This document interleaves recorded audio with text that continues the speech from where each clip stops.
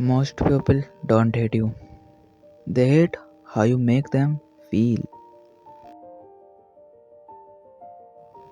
The first law of human nature is simple: never make other feel inferior because the human ego is fragile.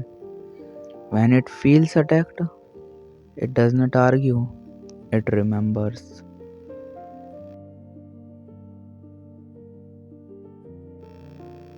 You can be right, you can be intelligent, you can be talented.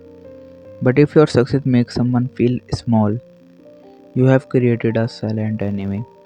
And the most dangerous enemies never announce themselves.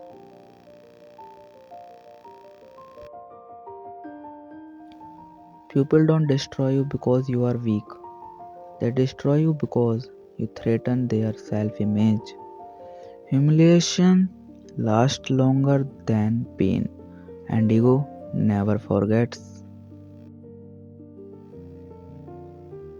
So remember this law: hide your power, show respect, let others feel important. In a world ruled by ego, the quiet mind wins.